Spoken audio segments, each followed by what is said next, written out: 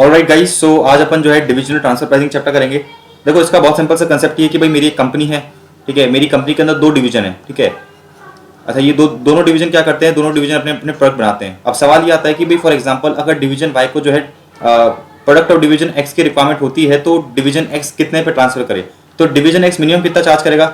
Minimum division x charge करना चाहेगा कि भाई जो उसका मार्जिनल कॉस्ट है, मार्जिनल कॉस्ट मतलब वेरिएबल कॉस्ट, मतलब कम से कम वो जो है अपना क्या करेगा, वेरिएबल कॉस्ट रिकवर करना चाहेगा। अच्छा, मैक्सिमम कितना चार्ज करना चाहेगा? तो सीधी सी बात ये है कि भाई मैक्सिमम डिवीजन एक्स कितना चार्ज करना चाहेगा? जो भी उसका कॉस्ट आ रहा है प्लस उसका जो प्रॉफिट बनता है वो जो है डिवीजन एक्स चार्ज करना चाहेगा। ये तो हो गई बात किसकी? डिवीजन एक्स की। अब डिवीजन वाई की बात करें तो डिवीजन वाई कितने पे परचेज करने के लिए रेडी होगा? तो वो ये देखेगा कि भाई डिवीजन एक्स से मेरा कितना कॉस्ट पड़ रहा है और बाहर से मैं कितने में परचेज करके ला सकता हूँ। बाहर से जो है मैं कितने में परचेज करके ला सकता हूँ। विचएवर इज लोअर क्या होगा? विचएवर इज लोअर वो है पे करने के लिए रेडी होगा। विचएवर इज लोअर जो है वो क्या होगा? पे करने के लिए रेडी होगा। इसका मतलब ये है कि फॉर एग्जांपल अगर डिवीजन एक्स बोल रहा है कि भाई मैं आपको 10 में बेचूंगा, डिवीजन वाई बोलता है कि भाई बाहर से मैं क्या कर सकता हूँ, 9 में खरीद सकता हूँ, तो डिवीजन वाई मैक्सिमम कितना पे करने के लिए रेडी होगा? 9 रुपए, ठीक है। तो बस इतना सा आपको कॉन्सेप्ट ध्यान रखना है, बाकी सारे क्वेश्चन आपके जो है बेसिक अंडरस्टैंडिंग पे सॉल्व हो जाएंगे। सो चलते हैं भाई इलस्ट्रेशन नंबर 1 पे एक बार को। इलस्ट्रेशन नंबर 1,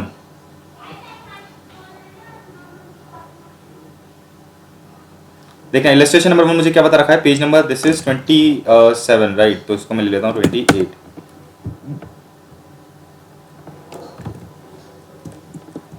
देखो डिवीजन एबीसी माइनर्स के दो डिवीजन है, एक जापान में है और एक कहाँ पर है? यूके में है। अच्छा, जापान में क्या होता है? माइनिंग होता है, और यूके में क्या होता है? बेसिकली प्रोसेसिंग होता है। मुझे इन्फॉर्मेशन दे रखी है कि भाई ये तो जापान माइनिंग डिवीजन है और ये मेरा क्या है? यूके प्रोसेसिंग डिवीजन है। वेरिएबल कॉस्ट फिक्स कॉस्ट मुझे बता रखा है। अच्छा, ये क्या बता रखा है कि भाई पर कैरेट ऑफ रॉ मटेरियल मेरा वेरिएबल कॉस्ट है 2500 एंड फिक्स कॉस्ट है मेरा 5000। इधर की बात करें तो पर carat of polished emerald 150 pound का है और इधर कितना है? 350 पाउंड का। अच्छा, फिर इसने बता रखा है कि भाई जो मार्केट से अगर आप रॉ मटेरियल खरीदने जाओगे तो मार्केट से जो है आपको रॉ मटेरियल कितने में मिलेगा? 9000 येन पर कैरेट, ठीक है। तो अभी जो है जापान क्या करता है? बेसिकली रॉ मटेरियल को प्रोड्यूस करता है। अब ये कह रहा है कि भाई मार्केट में जो है ये रॉ मटेरियल कितने पे अवेलेबल है? 9000 येन पर कैरेट पे अवेलेबल है। एक्सचेंज रेट मुझे बता रखा है कि भाई 1 पाउंड इक्वल टू 50 येन दे रखा है। इंटरेस्ट रेट मुझे बता रखा है दोनों कंट्री के 20% एंड 30% रिस्पेक्टिवली। फिर मुझे बता रखा है कि भाई जो ये प्रोसेसिंग डिवीजन है ना, ये क्या करता है? रॉ मटेरियल इधर से लेता है और उसको प्रोसेस करता है। अच्छा, एक पॉलिश्ड एक स्टोन को बनाने में जो है 2 kg मतलब 2 यूनिट ऑफ रॉ मटेरियल लगता है, बेसिकली ये नीचे बताना चाह रहे हैं। अच्छा, फिर ये कह रखा है कि भाई पॉलिश्ड एमराल्ड को जो ये यूके डिवीजन है वो जो है 3000 पाउंड पर कैरेट पे जो है क्या करता है? बेचता है। आगे इनने पूछा है क्वेश्चन में कि भाई compute the transfer price for 1 carat of raw material transfer from mining division. मतलब बेसिकली जापान से अगर मैं यूके में ट्रांसफर कर रहा हूँ तो बेसिकली जो मेरा जापान डिवीजन वो कितना चार्ज करे? अगर वो 200% ऑफ कॉस्ट चार्ज कर रहा है तो मुझे ये बताओ कि भाई जापान डिवीजन का कॉस्ट कितना लग रहा है? 2500 और 5000। तो अगर अपन देखें भाई 2500 और 5000 का कॉस्ट लग रहा है, इसका 2500 प्लस 5000 का 200% कर दिया, मतलब वो क्या करेगा? 15,000 येन चार्ज करेगा। अगर इसको मैं कन्वर्ट करूं पाउंड में तो 15,000 डिवाइड बाय 50 कर दिया तो आ गया 300 पाउंड, राइट। अच्छा, इसने सेकंड पूछा है मुझसे कि भाई आप जो है ट्रांसफर प्राइस निकालो अगर वो मार्केट प्राइस पे ट्रांसफर करना चाह रहा है। तो भाई सीधी सी बात ये कि भाई मार्केट प्राइस क्या है? 9000 येन पर कैरेट। तो कितने पे ट्रांसफर करेगा? 9000 येन पर कैरेट पे ट्रांसफर करेगा, राइट। एंड उसको अगर मैं येन में कन्वर्ट करना चाहूँ तो 9000 डिवाइड बाय 50 कर दिया तो मेरा क्या आ गया? 180 पाउंड, ठीक है। फिर इसने आगे मुझसे पूछा है कि भाई आप क्या निकालो? दोनों की ऑपरेटिंग इनकम निकालो। सो देखो सीधी सी बात ये है कि एक तो जापान डिवीजन है अपना, राइट। एक अपना क्या है? जापान डिवीजन है। जापान डिवीजन अगर 15,000 में ट्रांसफर करता है तो उसकी सेलिंग प्राइस कितनी होगी? 15,000। अच्छा, उसका कॉस्ट कितना बैठ रहा है? 2500 वेरिएबल कॉस्ट, फिक्स कॉस्ट कितना हो गया? 5000। तो मेरा पीबीटी कितना निकल के आ गया? 7500, राइट। उसमें से मैंने टैक्स लेस करा कितना? 20%, तो मेरा प्रॉफिट आफ्टर टैक्स निकल के आ गया। अच्छा, ये तो 1 यूनिट का है, 1000 यूनिट उसने ट्रांसफर करे हैं तो मेरा जो है टोटल प्रॉफिट कितना हो गया? इतना। अच्छा, क्वेश्चन आपको बता रखा है कि भाई देखो इसने 1000 कैरेट और रॉ मटेरियल ट्रांसफर हुए हैं जापान डिवीजन से किधर? यूके डिवीजन में। तो आप जो है प्रॉफिट निकालो। अच्छा, ऐसे ही अगर प्राइस 15,000 से 9,000 होती है तो आप जो है इसकी क्या करोगे? इनकम निकाल लेना, राइट। अब मैं यूके डिवीजन की बात करता हूं। अगर वो क्या कर रहा है? बेसिकली मुझे इन लोगों ने बता रखा है कि भाई जो ये क्या करता है? 3000 पाउंड पर कैरेट बेचता है, तो इसका सेलिंग प्राइस कितना निकल गया? क्या? 3000। अच्छा, मेरे को एक और चीज पता है कि भाई एक यूनिट को बनाने में जो है 2 kg of raw material 2 unit of raw material लगता है। तो एक रॉ मटेरियल की कॉस्ट कितनी है? अगर 15,000 पे वो ट्रांसफर कर रहा है तो अपन ऊपर निकाला था ना, येन में कितना बैठता है? ये नहीं, येन में 15,000 है तो पाउंड में बैठेगा 300। तो 300 इंटू 2 करूंगा, दो की रिक्वायरमेंट है तो 600 हो जाएगा ये। अच्छा, मुझे कॉस्ट बता रखा है कितना? 150 और 350 का मेरा कॉस्ट है, तो ये हो गया 150, ये हो गया 350, मेरा पीबीटी आ गया। फिर मैंने टैक्स लेस करा तो मेरा आ गया पैट, और फिर मैंने पैट को मल्टीप्लाई करा 500 कैरेट से, 500 कैरेट से मैंने मल्टीप्लाई करा तो बेसिकली मेरा जो है क्या निकल के आ गया? टोटल प्रॉफिट निकल के आ गया। अच्छा, आप ये ध्यान रखना कि भाई 1000 कैरेट इधर से इधर ट्रांसफर हुआ है तो मुझे पता है कि भाई 1000 कैरेट ट्रांसफर हो तो यूनिट कितने बनेंगे? एफजी मेरे बनेंगे 500, एफजी मेरे बनेंगे कितने? 500, क्योंकि 1 यूनिट में जो है 2 kg या 2 यूनिट ऑफ रॉ मटेरियल मेरा लग रहा है, तो मेरी जो है ऑपरेटिंग इनकम निकल के आ गई। अब आ जाते हैं अपन डायरेक्ट किस पे? क्वेश्चन नंबर 1 पे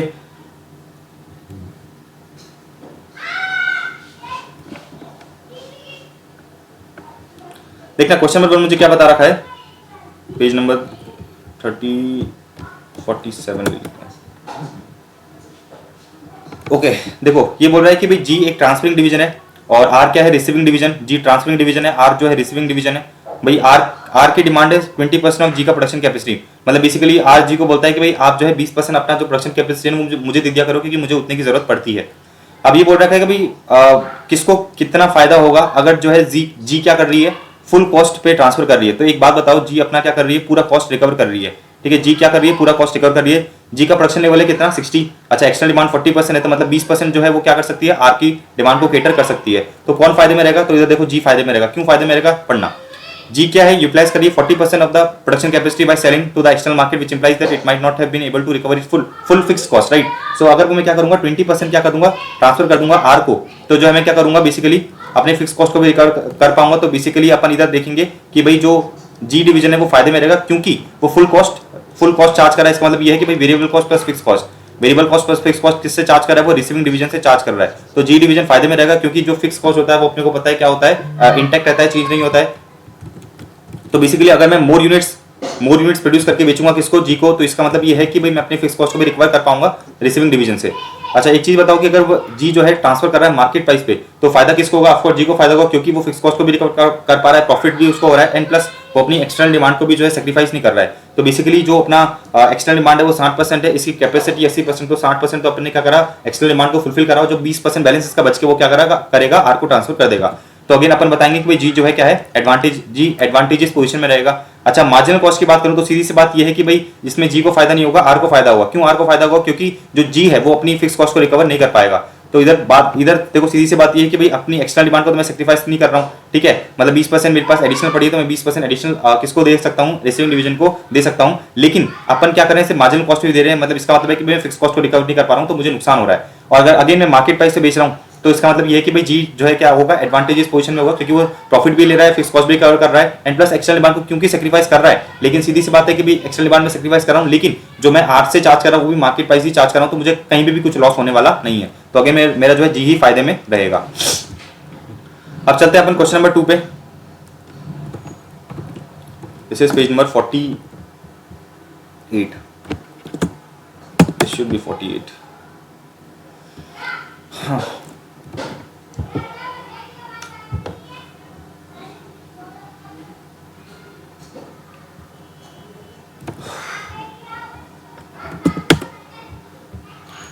अच्छा अब देखना, सेकंड क्वेश्चन पे आ जाते हैं। अपने पास एक कंपनी है बी लिमिटेड, वो 3 प्रोडक्ट बनाती है XYZ, ठीक है, तीनों डिवीजन में XYZ में। मुझे बता रखा है कि भाई डायरेक्ट मटेरियल लगता है इतना, डायरेक्ट लेबर लगता है इतना, वेरिएबल ओवरहेड, योग्य selling price to outside customer.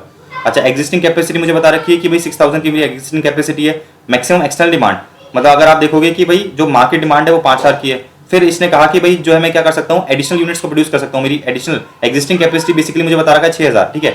लेकिन इसने कहा कि भाई 6000 को मैं बढ़ा सकता हूँ और 6000 से, लेकिन मुझे उसके लिए क्या करना पड़ेगा, एडिशनल 45,000 इनकर करना पड़ेगा, ठीक है। ये इन्फॉर्मेशन मुझे वाई और जेड की दे रखी है। आगे बढ़ते हैं अपन। जो वाई और जेड डिवीजन है, मतलब ये और ये डिवीजन है, इसको जो है एक्स मटेरियल चाहिए एज देयर इनपुट। अब material x is available in the market at 23 per unit. जो वाई है और जेड है उसको बेसिकली मटेरियल एक्स की रिक्वायरमेंट है। अब उसके पास 2 ऑप्शन है, या तो बाहर से खरीद के लिया, या फिर क्या करे, डिवीजन एक्स को बोल दे कि भाई जो है आप एक्स मुझे दे दो। अच्छा अब इधर देखो इन लोगों ने क्या कह रखा है कि भाई जो मटेरियल एक्स है वो मार्केट में 23 पे अवेलेबल है। अच्छा फिर इसने कहा कि भाई division x supplies the material free of cost और चार्ज।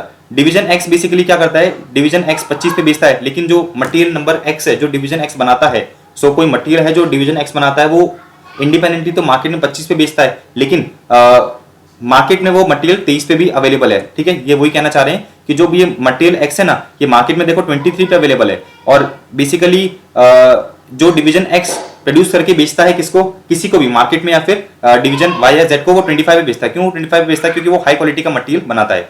फिर देखना इन लोगों ने कहा कि भाई each unit of Y and Z require 1 unit of material X as input with slight modification, ठीक है। अब देखना अगर वाई क्या करता है, परचेस करता है बाहर से, तो जो है उसको 23 रुपए का पड़ेगा, और उसको 3 रुपए का क्या करना पड़ेगा, मॉडिफिकेशन खर्चा इनकर करना पड़ेगा, तो उसका टोटल कॉस्ट कितना बच जाएगा 26। अच्छा अगर मैं यही जो है एक्स से परचेस करता हूं, तो मेरे को 25 का परचेस करना पड़ेगा, क्योंकि अपन को पता है एक्स तो 25 पे बेचता है, प्लस जो है उसको 2 रुपए का खर्चा करना पड़ेगा टू मॉडिफाइड, तो मेरा इफेक्टिव कॉस्ट कितना बच जाएगा 27। ये तो मुझे बता रखी है वाई की इन्फॉर्मेशन। अब अपन चलते हैं आगे। जेड की देखना, जेड की बोल रहा है अगर Z gets the material from division X, अगर जेड जो है डिवीजन एक्स से लेगा तो डिवीजन एक्स तो 25 पे बेचता है ना, it can use it after incurring a modification cost of 1, तो मतलब जेड को बेसिक कॉस्ट कितना पड़ जाएगा 26 का।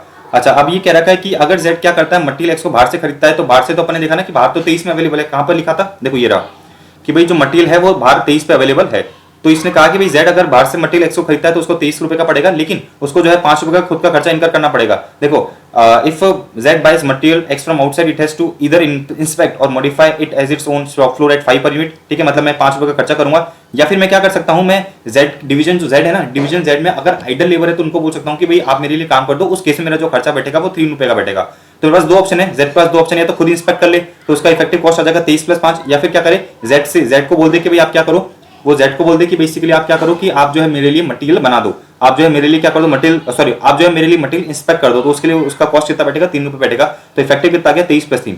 अच्छा इसने दे रखा है कि भाई आप जो है मुझे बेस्ट स्ट्रेटजी बताओ ईच डिवीजन, मतलब हर डिवीजन के लिए बेस्ट स्ट्रेटजी अपने को चूज करने की है। आ जाते हैं अपन सॉल्यूशन पे, देखो वेरी इजी। सबसे पहले अपन बात करते हैं किसकी, एक्स की। देखो एक्स जो डिवीजन है उसके पास 3 ऑप्शन है, वो क्या कर सकता है, अगर वो मार्केट में बेचता है तो मार्केट में बेचेगा तो 25 पे बेचता है, राइट। फिर उसके बाद उसको पता है कि भाई उसके जो कॉस्ट है वो कितनी बैठ रही है, देखो कॉस्ट उसकी बैठ रही है 8, 4 और 2, तो बेसिकली हो गया 8, 4 और 2, तो मेरा कंट्रीब्यूशन कितना निकल के आ गया 11 का, ठीक है। अच्छा अगर डिवीजन एक्स वाई को बेचता है तो कितने में बेचेगा, तो डिवीजन एक्स अगर वाई को बेचता है तो आप देखो कितने में बेचेगा। अब वाई के पर्सपेक्टिव से सोचना, वाई जो है मटेरियल अगर बाहर से खरीद के लाता है तो कितने में खरीद के लाएगा 23 + 3, मतलब बेसिकली 26 का उसका इफेक्टिव कॉस्ट बैठ रहा है, ठीक है। अच्छा अगर मैं एक्स से परचेस करके लेके आता हूं तो मेरा कॉस्ट बैठेगा 25 + 2 27, तो बेसिकली अगर मैं डिवीजन वाई हूं, मैं डिवीजन वाई का मैनेजर हूं, तो मैं तो डिवीजन एक्स को कहूंगा ना कि भाई देखो अगर मैं बाहर से परचेस करके ला रहा हूं तो मेरा इफेक्टिव कॉस्ट कितना बैठ रहा है 26। अच्छा मैं आपसे परचेस करके लाऊंगा प्लस उसमें कुछ मॉडिफिकेशन करूंगा, 2 रुपए का खर्चा इनकर करूंगा, तो मेरा इफेक्टिव कॉस्ट बैठेगा 27। तो मैं डिवीजन एक्स सॉरी मैं डिवीजन वाई हूं, मैं एक्स को बोलूंगा कि देखो मैं तो आपको जो है 26 रुपए देने के लिए रेडी हूं, क्योंकि मैं बाहर से मेरा इफेक्टिव कॉस्ट कितना बैठा है 26। अच्छा क्योंकि मुझे 2 रुपए का खर्चा खुद इनकर करना पड़ेगा तो मेरा जो है कॉस्ट बैठेगा 24, तो मैं आपको जैसे 24 ही दूंगा। आपको बात समझ में आ रही है। डिवीजन वाई क्या आर्गुमेंट रखेगा कि भाई अगर मैं बाहर से परचेस करके लेके आता हूं तो मेरा जो इफेक्टिव कॉस्ट है वो 26 रुपए है, तो मैं आपको जो है मैं जो आपसे मटेरियल परचेस करूंगा ना तो उसका भी इफेक्टिव कॉस्ट मेरा 26 ही आना चाहिए। अच्छा इफेक्टिव कॉस्ट 26 कब आएगा, जब 26 में से मैं 2 लेस करूंगा, मतलब उससे कुछ एक्स में परचेस करके लेके आऊंगा प्लस 2 रुपए का मॉडिफिकेशन खर्चा करूंगा, तो मेरा इफेक्टिव कॉस्ट कितना बैठेगा 26। तो मतलब मैं मैक्सिमम जो डिवीजन वाई है वो मैक्सिमम कितना देने के लिए रेडी होगा, 24 रुपए देने के लिए रेडी ही होगा, ठीक है। तो बेसिकली एक्स को कितने पे बेचना पड़ेगा इस केस में 24 रुपए पे, अगेन वही 8, 4 और 2, तो मेरा जो कंट्रीब्यूशन कितना निकल के आएगा 10। अच्छा अगर अपन बात करें डिवीजन जेड की, तो मैं डिवीजन एक्स हूं, एक डिवीजन जेड है, ठीक है। अब डिवीजन जेड कितने पे परचेज करने के लिए रेडी होगा, तो आप देखो कि अगर डिवीजन जेड क्या करता है, किससे परचेज करता है, एक्स से परचेज करता है, तो इसका इफेक्टिव कॉस्ट कितना बैठा है 26। और अगर डिवीजन डिवीजन डिवीजन डिवीजन क्या कर रहा है जेड, अगर बाहर से परचेज करने की बजाय खुद सॉरी डिवीजन जेड अगर बाहर से परचेज करता है तो उसका कॉस्ट कितना बैठा था, जस्ट अ सेकंड, ये 25 + 1 क्या था अपना, if division if z gets the material from x it can use it after incurring a modification cost of 1 per unit, ठीक है। तो बेसिकली ये अगर मैं x से परचेज करता हूं तो मेरा कॉस्ट बैठेगा 25 + 1 26, अगर मैं बाहर से परचेज करूंगा तो मेरा कॉस्ट बैठेगा 23 + 5 28 या 23 + 3 26, ठीक है। तो अगर आप देखोगे 26 26 तो कॉमन हो गया, तो बचा कितना 26 और 28, तो बेसिकली z के लिए सबसे बेनिफिशियल ऑप्शन क्या होगा कि वो z से परचेज करके लेके आए, क्योंकि अगर फॉर एग्जांपल मैं बाहर से परचेज करके लेके आता हूं, ठीक है, बाहर से परचेज करके लेके आता हूं तो क्या होगा उस केस में 23 रुपए में परचेस करके लेके आऊंगा, 5 रुपए का मुझे क्या करना पड़ेगा, खर्चा इनकर करना पड़ेगा, 5 रुपए का बेसिकली मुझे जो है खर्चा इनकर करना पड़ेगा, तो मेरा इफेक्टिव कॉस्ट बैठेगा 28।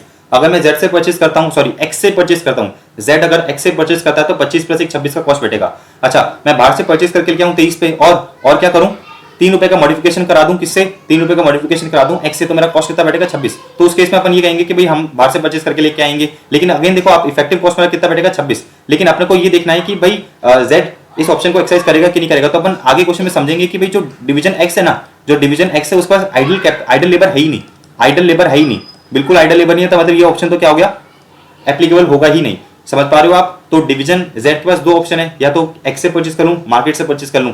एक्स से परचेज करता हूं 26 रुपए बैठता है, बाहर से परचेज करता हूं तो 23 + 5 28 बैठता है, लेकिन 23 + 3 26 भी हो सकता है। लेकिन अपन आगे क्वेश्चन में पढ़ेंगे, अपन समझेंगे कि भाई डिवीजन जो एक्स है उसके पास लेबर आइडल है ही नहीं, इसका मतलब ये है कि भाई ये वाला ऑप्शन तो एक्सरसाइज हो ही नहीं सकता। तो बचा क्या 26 और 28। तो डिवीजन एक्स क्या करेगा, सॉरी डिवीजन जेड क्या करेगा, एक्स से परचेज करके लेके आएगा क्योंकि वो सस्ता पड़ रहा है। तो उस केस में क्या होगा 25 पे बेचेगा, डिवीजन एक्स कितने पे बेचेगा 25 पे बेचेगा। तो ये हो गया 25, वही 8 4 2, तो मेरा कंट्रीब्यूशन कितना आ गया 11। ठीक है, ये तो हो गया किसका अपन ये अपन बात कर ली एक्स डिवीजन की, अब अपन बात करते हैं वाई डिवीजन की, ठीक है। तो देखना वाई डिवीजन की बात करें तो वाई डिवीजन क्या कर सकता है बेसिकली, अगर फॉर एग्जांपल वो बाहर से परचेज करके लेके आ रहा है, ठीक है, तो सबसे पहले अपन ये देख लेते हैं कि भाई वाई बेचेगा कितने पे। तो अगर इंफॉर्मेशन में देखूं तो आपको ये समझ में आ रहा होगा कि वाई की जो सेलिंग प्राइस है वो कितनी है। देखो ये रहा, वाई की जो सेलिंग प्राइस है वो 65 है, तो मतलब 65 पे 65 से बेचेगा, 65 पे क्या करेगा, 65 पे उसने क्या करा, बेचा, ठीक है। कॉस्ट कितना है 22 6 2, ये हो गया 22, ये हो गया 6 और ये 2। अगर मैं एक्स से परचेज करके लेके आता हूं तो एक्स मुझे कितने पे बेचेगा, अगर मैं एक्स से परचेज करके लेके आता हूं तो एक्स मुझे कितने पे बेचेगा, 24 प्लस 2 26 पे, ठीक है। तो ये हो गया 24 और 2 26, ठीक है। ये वाला केस क्या था, ये वाला केस था अपना अगर मैं बाहर से परचेज करके लेके आता हूं। तो फॉर एग्जांपल अगर आप बाहर से परचेज करके लेके आओगे तो आपका कॉस्ट कितना बैठेगा, 25 प्लस 2 27, राइट।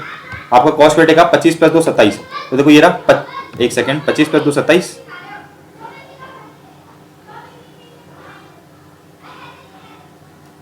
सॉरी बाहर से अगर मैं परचेज करके लेके आऊंगा तो मेरा कॉस्ट बैठेगा 23 प्लस 3, 23 प्लस 3। देखो ये लिखा ना कि भाई if Y purchase from outside at 23 per unit it has to इनकर 3 रुपीज पर मॉडिफिकेशन, ठीक है। तो 23 प्लस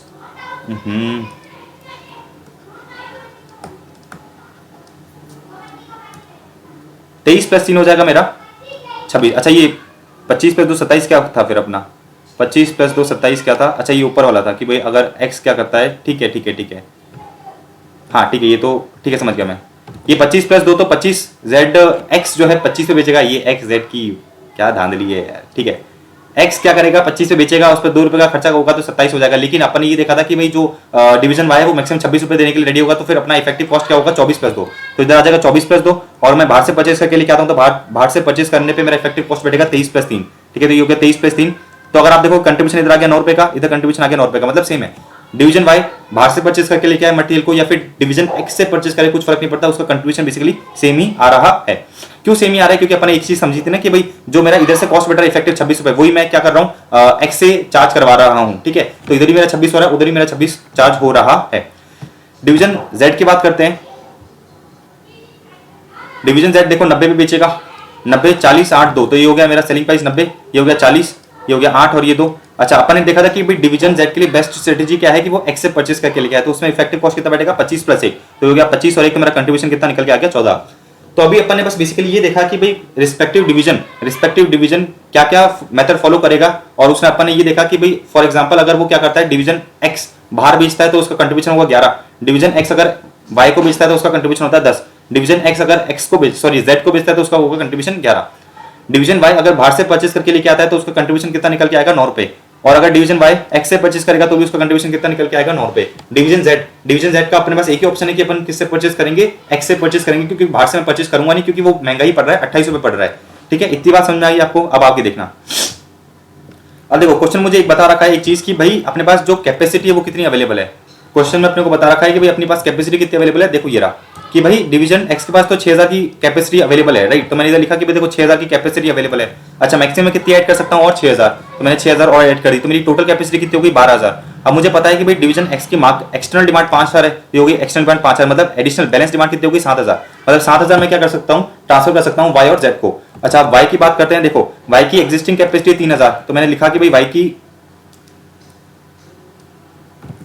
एग्जिस्टिंग कैपेसिटी हो गई 3000, ठीक है। अच्छा एडिशनल कितनी और ऐड कर सकता है वो 2000, तो ठीक है मैंने 2000 ऐड कर दिया एडिशनल, टोटल कितनी हो गई 5000। इसकी एक्सटर्नल डिमांड कितनी है 5500 की है, मतलब बेसिकली अपन क्या कर पाएंगे, बेसिकली मेरे को पता है कि मैं 5000 प्रोड्यूस कर सकता हूँ, मेरी डिमांड 5500, तो मैं सिर्फ 5000 कैटर कर पाऊंगा, तो मैं ट्रांसफर तो कर नहीं सकता ना, मैं किसी और को ट्रांसफर नहीं कर सकता, मतलब ये क्या होगा नॉट एप्लीकेबल।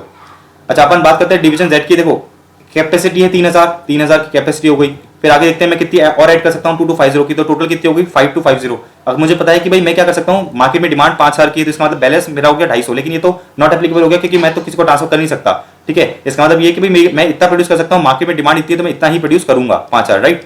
अब हम बात करते हैं, देखो डिवीजन वाई को जो है क्या, डिवीजन वाई को 5000 यूनिट्स बनाने के हैं, तो बेसिकली क्या करेगा एक्स जो है, अपन बात करते हैं ऊपर एक्स की। देखो एक्स को जो है फायदा बताओ, फायदा किस किस में हो रहा है, तो इस एक्स को ये पता है कि भाई वो अगर बाहर बेचेगा तो उसको फायदा होगा 11 का, अगर वो जेड को बेचेगा तो उसको फायदा होगा 11 का, और अगर वाई को बेचेगा तो उसको फायदा होगा कितने का 10 का।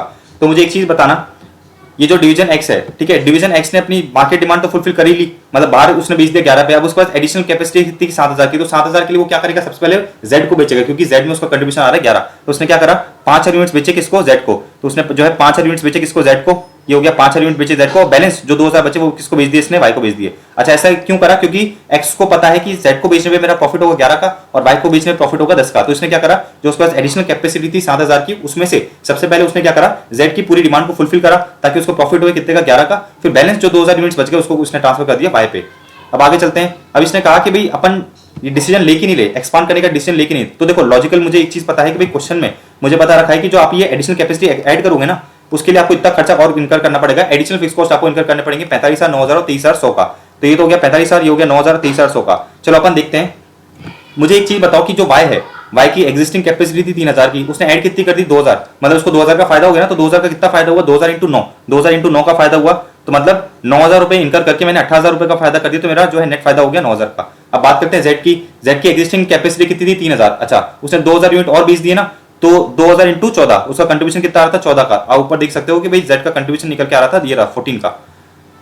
और अपन एक्स की बात करें तो देखो एक्स की एग्जिस्टिंग कैपेसिटी कितनी थी, 6000 की थी, और अपन ने और ऐड कितना कर दिया, 6000। अच्छा, मार्केट में डिमांड कितनी हो गई, मार्केट में अगर आप देखोगे डिमांड थी 5000 की। इसका मतलब ये है कि जो मैंने ट्रांसफर कराया सबसे पहले 5000 यूनिट जेड को, उसमें से 1000 तो मेरे पास एग्जिस्टिंग डिमांड से मैंने फुलफिल कर लिया था। आप समझ पा रहे हो, मेरी एग्जिस्टिंग कैपेसिटी देखो 6000 की कैपेसिटी थी, 5000 की मैंने डिमांड फुलफिल कर दी, मतलब 1000 तो मेरा बच गया ना। तो 1000 मैंने सबसे पहले ट्रांसफर कराया जेड को, ठीक है। तो जो इधर आप देख रहे हो कि भाई 5000 मैंने ट्रांसफर कराया जेड को, उसमें से जो कितना है 1000 है, वो तो मेरी एग्जिस्टिंग कैपेसिटी से फुलफिल हुआ। तो बाकी बैलेंस कैपेसिटी कितनी थी मेरी, जो मैंने 6000 ऐड करी, उसमें मैंने क्या करा होगा, 4000 तो ट्रांसफर करा होगा जेड को, और बाकी 2000 करा वाई को। तो 4000 इंटू 11 एंड 2000 इंटू 10, तो मेरा अगेन डायरेक्ट 64,000 आ गया। तो मैं कहूंगा कि भाई मेरे को बेनिफिट हो रहा है तीनों केस में, तो मैं क्या करूंगा, एक्सपांड करने की कोशिश करूंगा, और एक्सपांड करूंगा ही, राइट। आपको बात समझ में आ गई ना, मैंने क्या करा। फिर आगे देखते हैं, इन लोगों ने कहा नेट रेवेन्यू निकालो। तो देखो सीधी सी बात है कि भाई एक्स ने क्या करा है, पहले तो मार्केट डिमांड फुलफिल करी 5000 की, तो उसको 11 का कंट्रीब्यूशन मिला। अच्छा, 5000 यूनिट उसने ट्रांसफर करे किसको, जेड को, तो 11 का कंट्रीब्यूशन मिला। 2000 यूनिट उसने ट्रांसफर करे किसको, वाई को, तो उसका टोटल कंट्रीब्यूशन कितना निकल के आ गया, 55,000 और 75,000। वाई की बात करें तो 5000 यूनिट उसने 9 पे बेचे, ये हो गया 45,000, जेड 5000 यूनिट 70 पे, तो ये होगा टोटल, ये मेरा कंट्रीब्यूशन आ गया। फिर अपना जो एडिशनल फिक्स कॉस्ट इनकर हुआ वो अपने इधर ले लिया, तो मेरा जो है नेट रेवेन्यू कितना निकल के आ गया, 167,900। तो ये जो आप स्ट्रेटजी पढ़ रहे जो अपन हिंदी में समझाना वही बता रखा है। तो इस क्वेश्चन अपन से बस यही पूछ रहा था कि आप निकालो कि भाई सबसे बेस्ट स्ट्रेटजी क्या होगी, और इसने नेट रेवेन्यू पूछा था, अपन ने वो निकाल लिया। तो best strategy for each division and for company as a whole, ठीक है। तो ईच डिवीजन का तो मैंने निकाल ही लिया। ईच डिवीजन का मैंने देखो ये निकाला था कि भाई ईच डिवीजन की बेस्ट स्ट्रेटजी ये होगी, और फिर as a company as a whole अपन ने निकाल दिया ये, ठीक है। Easy question, right. अब चलते हैं क्वेश्चन नंबर 3 पे। सो अपन क्वेश्चन नंबर 3 पे आ जाते हैं। देखो क्वेश्चन नंबर 3 क्या कह रखा है, वेरी इजी। एक कंपनी है जिसका पल्प डिवीजन है, वो क्या बनती है, वुड पल्प बनाती है। अच्छा, कॉस्ट इसका है, सॉरी, सेलिंग प्राइस है 210, कॉस्ट, कंट्रीब्यूशन, फिक्स एक्सपेंस, यानी हो गया नेट इनकम। अब बेसिकली इसने क्या करा है, एक दूसरी कंपनी को एक्वायर करा है जो कार्टून बनाती है, ठीक है ना। अच्छा, उस सामने वाले बंदी कंपनी जो जिसको अपन एक्वायर करा है उसको 10,000 केजी पल्प पर ईयर चाहिए रहेगा। प्रेजेंटली जो सामने वाली कंपनी है वो क्या करती है, 210 माइनस 10%, मतलब बाहर से जो है 189 में परचेस करके लेके आती है क्या, कार्टून। अच्छा, प्रेसिडेंट बोलता है कि भाई आप जो है बाहर से परचेस करने की बजाय क्या करो, इंटरनली ट्रांसफर कर दो। अभी सिचुएशन नंबर 1 क्या दे रखी है, अगर पल्प डिवीजन मतलब जो अपना मेन डिवीजन है is in a position to sell all of its pulp to the outside customers at the normal price of 210। मुझे एक चीज़ बताओ कि भाई मैं क्या कर सकता हूँ, 210 पे सारा माल बेच सकता हूँ। Will the managers of the carton and pulp division agree to the transfer of 10,000 kg of pulp next year at a determined price, explain the reason. देखो सीधी सी बात ये है, मैं जो है अपना माल बाहर 210 पे बेच सकता हूँ, तो मैं जो है इस कंपनी को अगर बेचना चाहूँगा तो कितने बेचूंगा, 210 पे। सामने वाली कंपनी बाहर से परचेस करके लेके आ सकती है 189 पे, तो वो जो है मैक्सिमम कितना देने के लिए रेडी होगी, 189। तो हम कहेंगे कि भाई ट्रांसफर प्राइस इतना में नहीं हो सकती, क्योंकि मैं जो है 210 पे ट्रांसफर करने के लिए रेडी हूँ, और मैं 210 पे ही ट्रांसफर करूँगा। सामने वाला बंदा 189 से ज़्यादा देगा नहीं, तो हम किसी म्यूचुअल डिसीजन पे नहीं आ सकते। तो हम कहेंगे कि भाई सामने वाला बंदा जो है वो 210 चार्ज करने के लिए रेडी है, और 210 चार्ज ही करेगा, मैं 189 पे करने के लिए रेडी हूँ, तो कोई no mutually agreeable transfer price will take place, ठीक है। आगे बढ़ते हैं। सेकेंड सिचुएशन देखो क्या दे रखी है कि भाई पल्प डिवीजन करंटली जो है 60,000 kg बेचती है, तो उसकी कैपेसिटी कितनी थी, 1 लाख की कैपेसिटी थी, 60,000 से हम बेच रहे हैं। अभी दे रखा है कि भाई assuming that the pulp division is currently selling only 60,000 kg of pulp each year to the outside customer at a stated price of 210 per kg. क्या managers agree to the mutually acceptable transfer price for 10,000 kg of pulp? अब देखो मुझे एक चीज़ बताओ, भाई मैं जो बंदा हूँ मेरी कैपेसिटी है 1 लाख की, मैं 60,000 बाहर भेज दी, अब मेरी कैपेसिटी है कि मैं 40,000 और फुलफिल कर सकता हूँ। तो मुझे बताओ कि भाई मैं मिनिमम कितना चार्ज करूंगा। मैं मिनिमम चार्ज करूंगा 126, जो मेरा वेरिएबल कॉस्ट है ना, ये तो मिनिमम है। मैं ऐसा नहीं है कि भाई मैं 126 ही चार्ज करूंगा, लेकिन जो मैं ट्रांसफरिंग डिवीजन हूँ, मैं पल्प डिवीजन हूँ, मैं सब मिनिमम चार्ज करूंगा 126, क्योंकि मेरा वेरिएबल एक्सपेंस मिनिमम 1 लग रहा है 126 का। सामने वाला बंदा मैक्सिमम कितना देने के लिए रेडी होगा, 189। तो देखो मैं मिनिमम चार्ज करूंगा 129, सामने वाला 189 देगा, तो इसके बीच अपन क्या कर सकते हैं, प्राइस को डिसाइड कर सकते हैं। ठीक है, तो पर डिवीजन बोल सकता है कि भाई मेरा मिनिमम खर्चा 126 है, मैं 150 चार्ज करूंगा। सामने वाला बंदा बोले कि ठीक है मैं बाहर से परचेस करके लेके आऊँ तो 189 लग रहा है, आप 150 भी दे दो। तो हम क्या कर सकते हैं, इन दोनों के बीच 126 से लेकर 189 के बीच में एक क्या कर सकते हैं, प्राइस को डिसाइड कर सकते हैं। मतलब दोनों डिवीजन के मैनेजर, ये डिवीजन पल डिवीजन और ये कार्टून डिवीजन के मैनेजर क्या करेंगे, बैठेंगे और दोनों डिवीजन के मैनेजर 126 एंड 189 के बीच में एक प्राइस को डिसाइड करेंगे जो दोनों के लिए एक्सेप्टेबल होगा। ठीक है, अब मेरी बात बड़े ध्यान से समझना। इन लोगों ने कहा कि भाई अगर outside supplier of the cartoon reduces the, मतलब बेसिकली ये कह रहा है कि सामने वाला बंदा जो कार्टून डिवीजन है ना, वो बाहर से परचेस करके लेके आ सकता है 177 में, पहले क्या था 189 था। ठीक है, तो अब वो कह रहा है कि भाई बाहर से परचेस करके लेके आ सकता है 177 पे। अच्छा, तो इसमें दे रखा है कि भाई एक्सप्लेन क्या pulp division, if the pulp division does not meet the price of 177 what will be the effect on profit. तो देखो ये अपन जो है इसके सिचुएशन 2 के अजम्पशन पे दे रहे हैं कि भाई मेरी 1 लाख की कैपेसिटी है, 60,000 मैंने फुलफिल कर दी, मेरे पास 40,000 एडिशनल कैपेसिटी बची हुई है। ठीक है,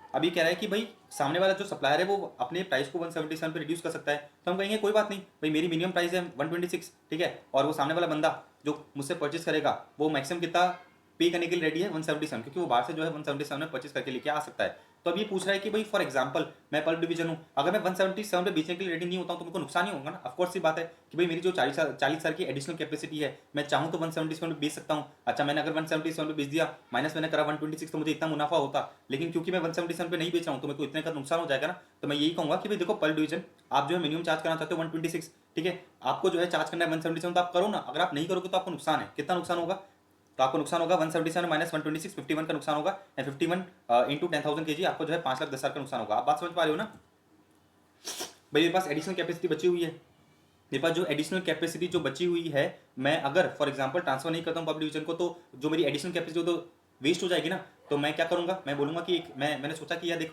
मेरा कॉस्ट बचेगा 126, अगर मैं सामने वाले को बेच दूँ 177 तो मुझे इतना फायदा हो जाएगा, लेकिन अगर मैं नहीं बेचता हूँ तो मुझे इतना नुकसान हो गया ना। बेसिकली आप ये देखो ना कि भाई मेरा जो अपॉर्चुनिटी कॉस्ट है मेरा लॉस ही हो गया ना। तो अपन ये बोलेंगे कि भाई सिचुएशन 3 में पब्लिक डिवीजन के मैनेजर को कि देखो भाई आपके पास एडिशनल कैपेसिटी है, आप क्या करो 177 पे बेचने के लिए रेडी हो जाओ। क्यों, क्योंकि 177 माइनस 126 करोगे तो आपका फायदा होगा, एंड क्योंकि आप जो है मिनिमम 126 चार्ज करना चाह रहे थे, तो आपको तो मिनिमम 126 मिल ही रहा है ना। आप कितना चार्ज करो, 177 चार्ज करो, मतलब मिनिमम 126 तो कर ही रहे हो। ठीक है, तो क्वेश्चन नंबर 3 वेरी इजी हो गया आपसे। अब आ जाते हैं अपन क्वेश्चन नंबर 4 पे।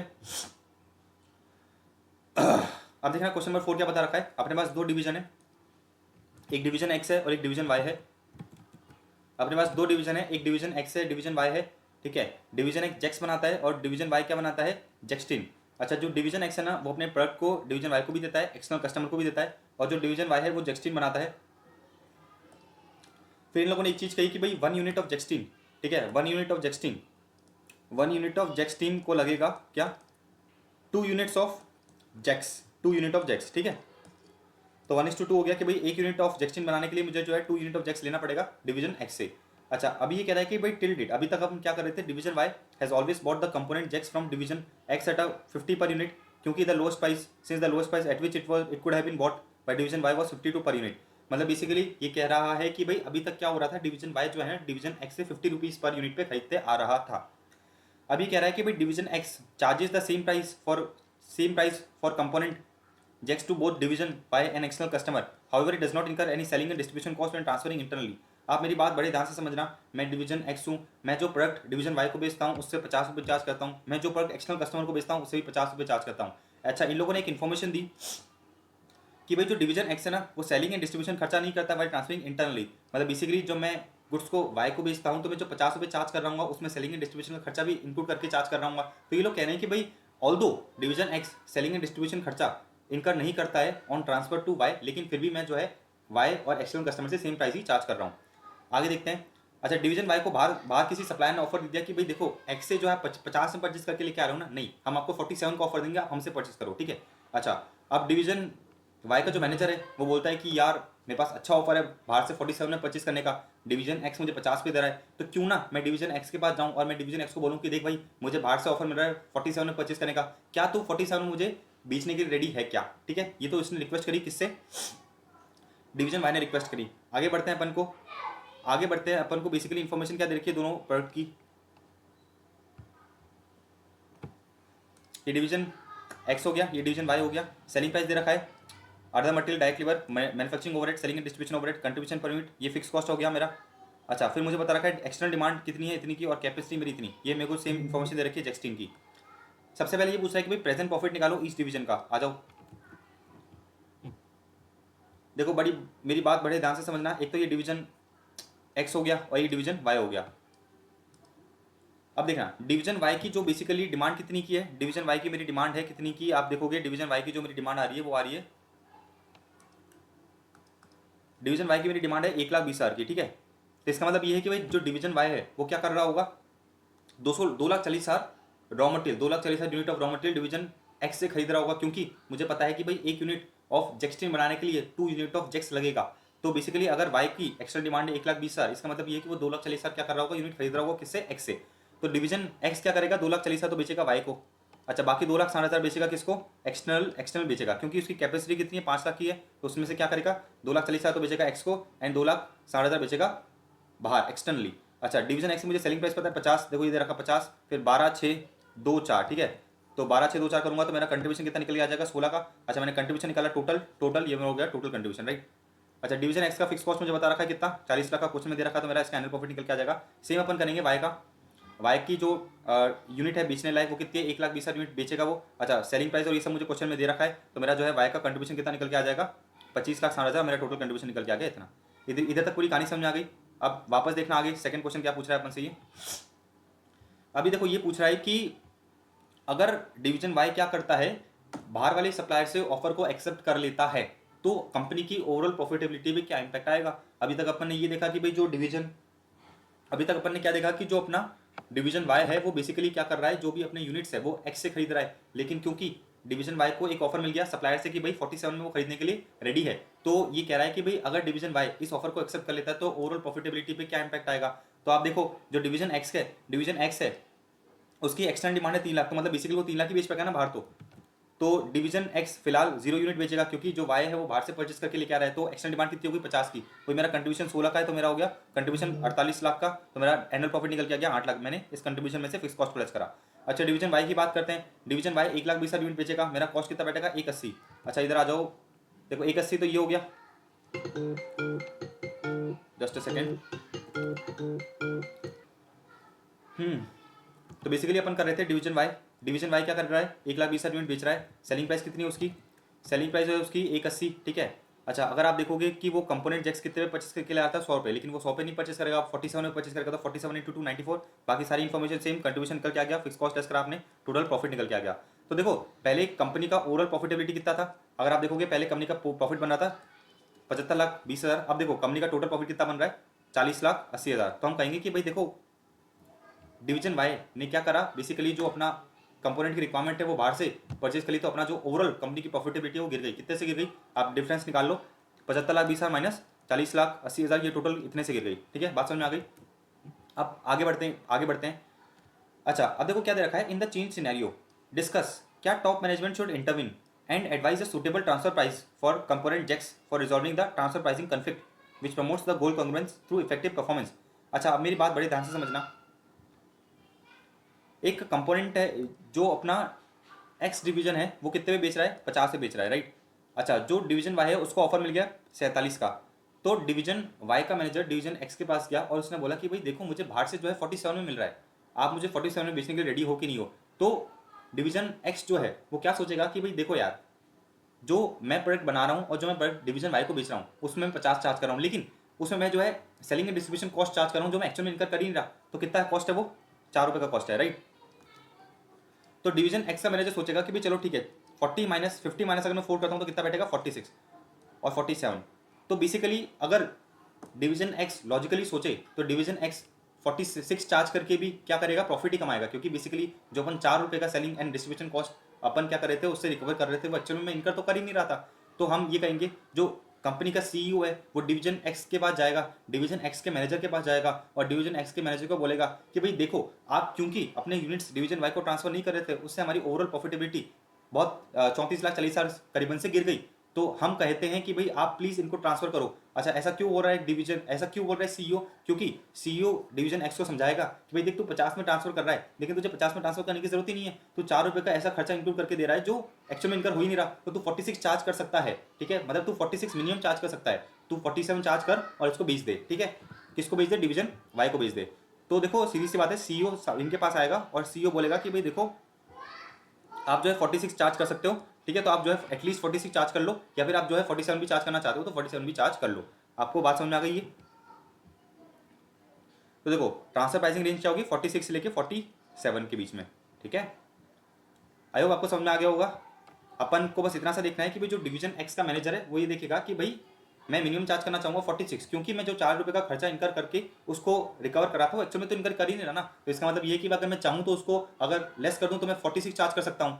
सीधी सी बात है, मैं 46 चार्ज कर सकता हूँ, तो बेसिकली वो मिनिमम चार्ज कर सकता है 46, मैक्सिमम चार्ज कर सकता है 47, और मैक्सिमम 47 क्यों चार्ज कर सकता है? क्योंकि डिवीजन वाई अगर बाहर से परचेस करना चाहे तो 47 में परचेस कर सकता है, तो डिवीजन वाई जो है 47 से ज़्यादा पे करने के लिए रेडी नहीं रहेगा। तो मेरा ट्रांसफर प्राइस क्या निकल के आएगा? 46 से लेके 47 के बीच में। ठीक है, 46 से लेके 47 के बीच में, जो भी म्यूचुअली ये लोग डिसाइड कर लेंगे। ऑलराइट, नेक्स्ट क्वेश्चन पे आ जाते हैं अपन। सो अपन बेसिकली कर रहे थे क्वेश्चन नंबर 5। देखना क्वेश्चन नंबर 5 क्या दे रखा है। अब मैन्युफैक्चरर के पास दो डिवीजन है, division A, division B. Division B produce करता है components that are used by both division A as well as external customer. ठीक है, division A gets its entire requirement from division B. अच्छा, annual capacity मेरी कितनी है? 1 lakh unit की मेरी कैपेसिटी है, तो अगर आप इधर देखोगे कि भाई मेरी जो एनुअल कैपेसिटी वो कितने की बन रही है? 1 लाख की मेरी कैपेसिटी है एनुअल। आगे देखना, आगे मुझे ये कह रखा है कि भाई जो division operates at full capacity with no inventory at the beginning and end of the year. अच्छा, it sells its component to external customer at 4000 per unit. हम जो है 4000 पर यूनिट पे बेचते हैं। ओके, और मेरा वेरिएबल कॉस्ट कितना आ रहा है? 2750 का मेरा वेरिएबल कॉस्ट आ रहा है, तो मेरा जो कंट्रीब्यूशन है वो कितना हो जाएगा? 1250 हो जाएगा। इंटरनली हम ट्रांसफर करते हैं component to division A factoring any opportunity cost in the form of lost sales. मतलब बेसिकली ये कह रहा है कि भाई जो डिवीजन बी है वो दो काम करता है, डिवीजन ए को ट्रांसफर करता है, एक्सटर्नल कस्टमर को ट्रांसफर करता है। ये लोग कह रहे हैं कि भाई डिवीजन बी ए को ट्रांसफर करता तो है, लेकिन फॉर एग्जांपल अगर डिवीजन ए को ट्रांसफर करने की वजह से हम कोई मार्केट डिमांड को फुलफिल नहीं कर पाए, तो हम क्या करते हैं? उसकी अपॉर्चुनिटी कॉस्ट को भी जो है डिवीजन ए से चार्ज कर लेते हैं। इन लोगों ने बता रखा है कि भाई टोटल सेल डिवीजन बी की 36 करोड़ की है, तो अगर अपन देखें टोटल सेल जो डिवीजन बी है उसकी 36 करोड़ की टोटल सेल मुझे बता रखी है। आगे देखना, ये लोग कह रहे हैं कि भाई एक्सटर्नल सेल्स मेरी 20 करोड़ की है। एक्सटर्नल सेल्स कितने की आ रही है? 20 करोड़ की, और तो बाकी जो 16 करोड़ है वो कितनी हो गई? इंटरनल सोर्स हो गई, मतलब मैंने डिवीजन ए को ट्रांसफर करा होगा। आगे देखना, एज पर कंपनी का पॉलिसी, कंपनी की पॉलिसी के according demand from division A has priority over external customers. अच्छा, this year there was an additional demand from the external customers of 18,000 components. However क्योंकि division B operated full capacity this demand was not catered to. मतलब ये कह रहा है कि भाई जो 18,000 यूनिट्स मैं बेच सकता था एक्सटर्नल कस्टमर को, लेकिन डिवीजन ए को ट्रांसफर करने की वजह से मैं जो है 18,000 यूनिट नहीं बेच पाया। 18,000 यूनिट नहीं बेच पाया का मतलब ये है कि भी बेसिकली जो 18,000 यूनिट्स मैं डिवीजन ए को मैं बेच रहा हूँ उसमें मैं क्या करूँगा? अपॉर्चुनिटी कॉस्ट को इंक्लूड करूँगा। मतलब बेसिकली जो 18,000 में प्रॉफिट कमा सकता था, 18,000 रुपये जो मैं प्रॉफिट कमा सकता था वो मैं यहाँ पे किससे चार्ज करूँगा? डिवीजन ए से चार्ज करूँगा। अच्छा, ये लोग कह रहे हैं कि भाई आप एनालाइज करो sales in rupees terms and units. देखो सीधी सी बात ये है कि भाई मेरी एक्सटर्नल डिमांड है 20 करोड़ की, या फिर मेरी एक्सटर्नल सेल से 20 करोड़ की, सेलिंग प्राइस मेरा कितना दे रखा है? 4,000, तो मेरा यूनिट्स कितना निकल के आ गया? 50,000। अब क्योंकि मेरी जो 1 लाख की टोटल कैपेसिटी थी, 50,000 की एक्सटर्नल सेल्स है, तो मेरी जो इंटरनल सेल्स हो गई वो कितने की हो गई? 50,000 की हो गई। अच्छा, इस 50,000 के दो बाइफिकेशन करेंगे अपन, 32,000 और 18,000। अच्छा, ये 18,000 को मैं क्या करूंगा? 18,000 की सेलिंग प्राइस क्या रखूंगा? 4,000 रखूंगा। क्यों 4,000 रखूंगा? क्योंकि ये अगर 18,000 में बाहर बेचता तो मैं 4,000 रुपये कमा सकता था, लेकिन मैं 18,000 नहीं बेच पाया बाहर। किसको बेच रहा हूँ मैं? डिवीजन ए को बेच रहा हूँ, तो मैं डिवीजन ए को बोलूंगा कि देखो मैं आपको बेच रहा हूँ, इसकी वजह से मैं जो है 4,000 रुपये नहीं कमा पा रहा, तो हम क्या करेंगे? डिवीजन ए से वो जो है 4,000 रुपये रिकवर करेंगे। तो 18,000 रुपये में मैं 4,000 रिकवर करूंगा तो कितना हो जाएगा? 7.2 करोड़। और बाकी जो बैलेंस बच गया उससे मैं क्या चार्ज करूंगा? वेरिएबल कॉस्ट चार्ज करूंगा, मिनिमम प्राइस चार्ज करूंगा। अपने को पता है ना कि भाई ये तो मेरा क्या है? सेल प्राइस है, ये मेरा वेरिएबल कॉस्ट है, तो मेरा कंट्रीब्यूशन आ गया। तो बेसिकली अगर आप देखोगे कोई डिवीजन अगर किसी प्रोडक्ट को ट्रांसफर कर रहा है, सामने वाले बंदे को ट्रांसफर कर रहा है और उसके पास एक्सेस कैपेसिटी है, इसका मतलब ये कि उसको कोई नुकसान नहीं हो रहा, तो वो क्या करेगा? मिनिमम कितना चार्ज करेगा? जो उसका वेरिएबल कॉस्ट इनकर हो रहा है। तो अगर 8.8 और 7.2 करोगे तो आपका जो है 16 करोड़ ये बैठ जाएगा। ठीक है, आगे बढ़ते हैं। ये कह रखा है recommend the transfer pricing range that would promote goal congruence. देखो सीधी सी बात है कि भाई जो डिवीजन है वो मिनिमम कितना चार्ज करने की कोशिश करेगा कि भाई उसका वेरिएबल कॉस्ट कितना इनकर हो रहा है? 2750, राइट? 2750। अच्छा, मैक्सिमम कितना चार्ज करेगा कि भाई मैक्सिमम चार्ज करेगा 4,000। क्यों? क्योंकि अगर मैं बाहर बेचता तो 4,000 में बेच सकता था, लेकिन मैं आपको बेच रहा हूँ कितने पे? 2750 में। मतलब बेसिकली मेरी ट्रांसफर प्राइसिंग रेंज क्या होगी? मिनिमम मैं कितना चार्ज कर सकता हूँ? 2750। मैक्सिमम कितना चार्ज कर सकता हूँ जो मैं बाहर बेच सकता हूँ? तो 2750 और 4,000 ये दोनों मेरी इन दोनों के बीच में मेरी क्या होगी? रेंज होगी ऑफ ट्रांसफर प्राइसिंग, राइट? आगे बढ़ते हैं। Discuss the effect of changes in the external demand on the transfer price for the company assuming that the current policy continues. देखो सीधी सी बात ये है कि अगर मैं बाहर की डिमांड को फुलफिल नहीं कर पाऊंगा, इसका मतलब ये है कि जो मैं डिवीजन ए को माल बेच रहा हूँ उसमें मैं क्या करूंगा, उस अपॉर्चुनिटी कॉस्ट को इंक्लूड करूंगा। तो इसका मतलब ये है कि भाई आप मिनिमम चार्ज कर दो 2750, लेकिन फॉर एग्जाम्पल अगर आप जो है डिवीजन ए को प्रोडक्ट बेच रहे हो और उस प्रोडक्ट की वजह से, उस प्रोडक्ट को बेचने की वजह से आप एक्सटर्नल डिमांड को फोरगो कर रहे हो, एक्सटर्नल डिमांड को फोरगोन कर रहे हो, तो जो उस पर प्रॉफिट हो रहा है वो भी मैं इधर क्या करूंगा, चार्ज करूंगा। तो मेरी जो ट्रांसफर प्राइसिंग है वो 2750 से बढ़ते बढ़ते आगे हो जाएगी टू द प्रॉफिट जो मैं बाहर कमा सकता था। ठीक है, आपको बात समझ में आ गई। ये हो गया अपना question number 5। So alright, question number 6 देखो क्या दे रखा है कि भाई जीएल लिमिटेड एक मल्टी प्रोडक्ट मैन्युफैक्चरिंग कंसर्न है जिसके 4 डिवीजन है। The electric division of the company is producing many electrical products including electrical switches. The division is functioning at maximum capacity. मतलब ये जो डिवीजन है बेसिकली मैक्सिमम कैपेसिटी पे काम कर रहा है। इसका मतलब ये है कि भाई ये एक्सटर्नल डिमांड को फुलफिल कर रहा होगा। ठीक है, and sales switches in the open market at 25 per unit. Variable cost कितना आ रहा है, 16 का। अच्छा मुझे एक चीज़ बताओ कि भाई ये जो यूनिट है ये क्या कर रहा है, अपने स्विचेस को मार्केट में बेचता है 25 पे और मैक्सिमम कैपेसिटी पे काम कर रहा है। इसका मतलब ये है कि अगर ये क्या करेगा, कोई भी यूनिट को डिवीजन को बेचना चाहेगा, किसी अपने डिवीजन को बेचना चाहेगा, तो उससे भी ये 25 रुपये ही चार्ज करेगा, क्योंकि डिवीजन को बेचने की वजह से ये अपनी एक्सटर्नल डिमांड को फुलफिल नहीं कर पाएगा। तो ये बेसिकली क्या करेगा, जो भी इसका लॉस्ट प्रॉफिट है वो क्या करेगा, रिकवर करना चाहेगा डिवीजन ए से। आगे देखते हैं। हाउस होल्ड डिवीजन एक दूसरा डिवीजन है, another division of GL limited, जो 70% कैपेसिटी में फंक्शन कर रहा है। वो इलेक्ट्रिक डिवीजन को बोलता है कि भाई आप जो है 5 स्विचेस मुझे दे दो एट 18 पर यूनिट। ठीक है, वो क्या बोलता है कि भाई 5 यूनिट्स मुझे दे दो eight 18 per unit lamps produce by. अच्छा मुझे एक चीज़ बताओ कि क्या इलेक्ट्रिकल डिवीजन 18 पर यूनिट पे बेचने के लिए रेडी होगा? बिल्कुल रेडी नहीं होगा। वो तो कहेगा कि भाई अगर मैं आपको नहीं बेचूंगा तो मैं क्या करूंगा, बाहर बेच सकता हूँ। अगर मैं आपको यूनिट्स को ट्रांसफर नहीं करता हूँ तो मैं बाहर बेच सकता हूँ 25 पर यूनिट पे। ठीक है, तो मैं वो बोलेगा कि भाई मैं तो कम से कम आपसे 25 रुपये चार्ज करना चाहूँगा। अच्छा फिर देखना, ये जो सेकंड यूनिट है, मतलब सेकंड जो डिवीजन है हाउस होल्ड डिवीजन, ये बेसिकली नाइट लैम्प बनाता है और उसकी कॉस्ट कितनी बैठ रही है, 50, 18। Other variable cost, fixed overhead and ये क्या हो गया, total cost per night lamp. मतलब ये बेसिकली क्या कर रहा है, अगर इंटरनली परचेस करके लेके आता है तो कितने पे लेके आएगा, 18 पे। तो ये बोल रहा है कि बेसिकली जो अपना हाउस होल्ड डिवीजन है वो नाइट लैम्प बनाता है, और अगर नाइट लैम्प वो इंटरनली परचेस करता है तो इंटरनली परचेस कितने पे करना चाहेगा, वो तो ऐसा चाह रहा है ना कि मैं 180 18 पे परचेस करूँ, राइट। वो तो ये चाहेगा कि भाई मैं क्या करूँ, 18 पे परचेस करूँ। तो देखो total cost per night lamp कितना बैठ गया, 129 बैठ गया। अच्छा आगे ये बोल रहा है कि भाई इसकी सेलिंग प्राइस 130 है। इसकी सेलिंग प्राइस कितनी है, 130 है। अभी बोल रहा है क्वेश्चन में कि भाई would you recommend the supply of switches to household division by the electric division at a price of 18 per unit. हम कहेंगे नहीं, जो इलेक्ट्रिकल डिवीजन है वो क्या करेगा, वो कम से कम 25 चार्ज करना चाहेगा, क्योंकि अगर वो अपने यूनिट्स, अपने स्विचेस हाउस होल्ड डिवीजन को बेच रहा है तो बाहर सेल नहीं कर पाएगा। अगर बाहर सेल करता तो उसको वो 25 रुपये बेचता, तो कम से कम जो है वो 25 रुपये चार्ज करना चाहेगा। तो देखना क्या दे रखा है इन लोगों ने कि भाई जो बेसिकली इलेक्ट्रिक डिवीजन है वो कम से कम 25 रुपये चार्ज करना चाहेगा, राइट। आगे बढ़ते हैं।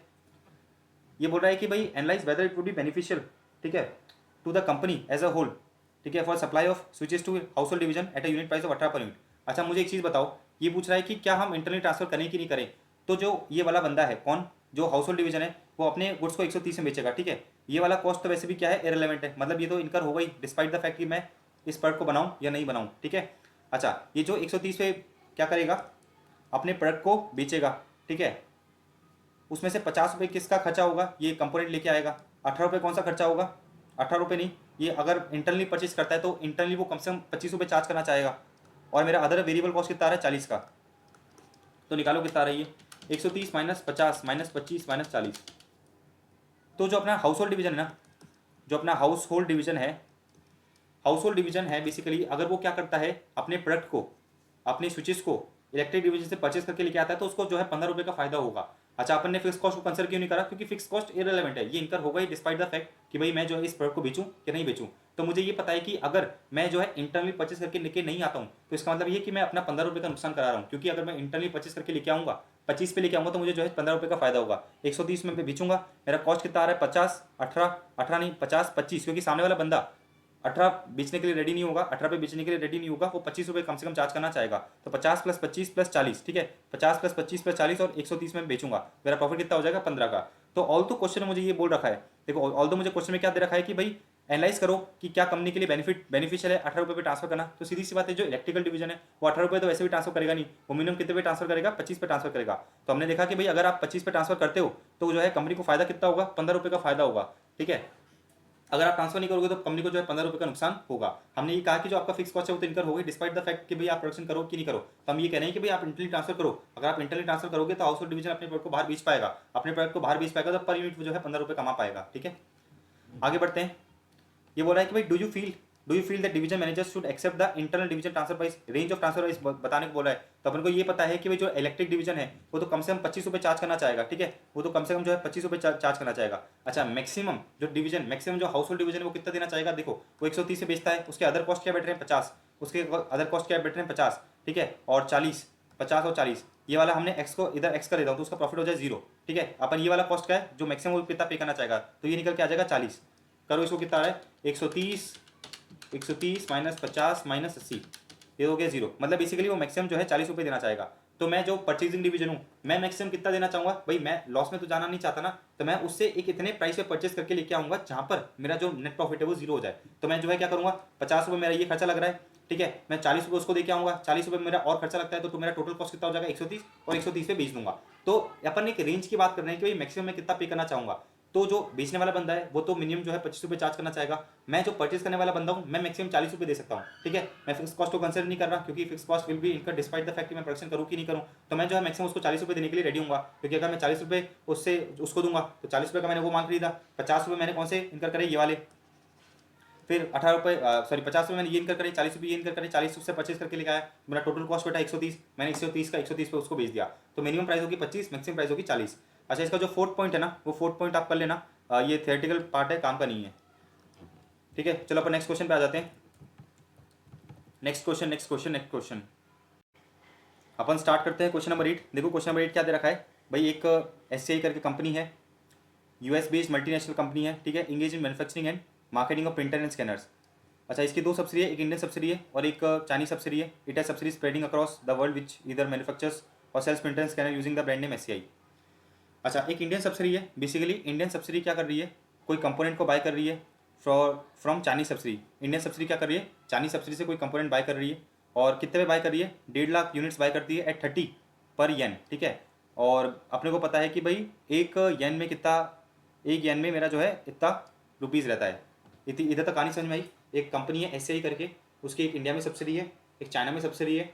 इंडिया की सब्सिडी चाइना की सब्सिडी से कोई जो है 1.5 लाख यूनिट परचेज करती है, और एट द रेट ऑफ 30 पर येन जो भी है CNY।